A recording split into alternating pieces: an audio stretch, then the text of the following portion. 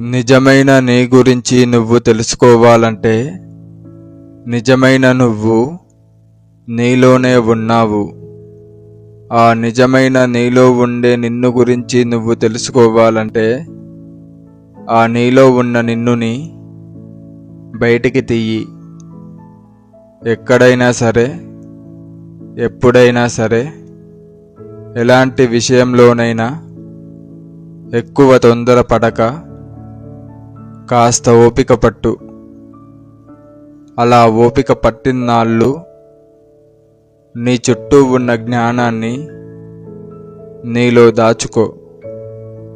నీకంటూ ఒక టైం వచ్చినప్పుడు నాకు తెలియకుండా నాలో ఇన్ని విషయాలు దాగున్నాయా అని నీలో ఉన్న నువ్వే ఆశ్చర్యపోతావు. ఆ తర్వాత నిన్ను చూసి కాకుండా నీలో ఉండే నిన్నుని గౌరవిస్తారు. నీ చుట్టూ ఉండే నా వాళ్ళు అనుకున్న వాళ్ళందరితో జాగ్రత్త. బయట కనిపించే నువ్వు నీలో ఉన్న నిన్ను తెలుసుకోవడానికైతే నీలా ఉన్న నువ్వు నిజమైన నిన్నుని తెలుసుకోవడానికే.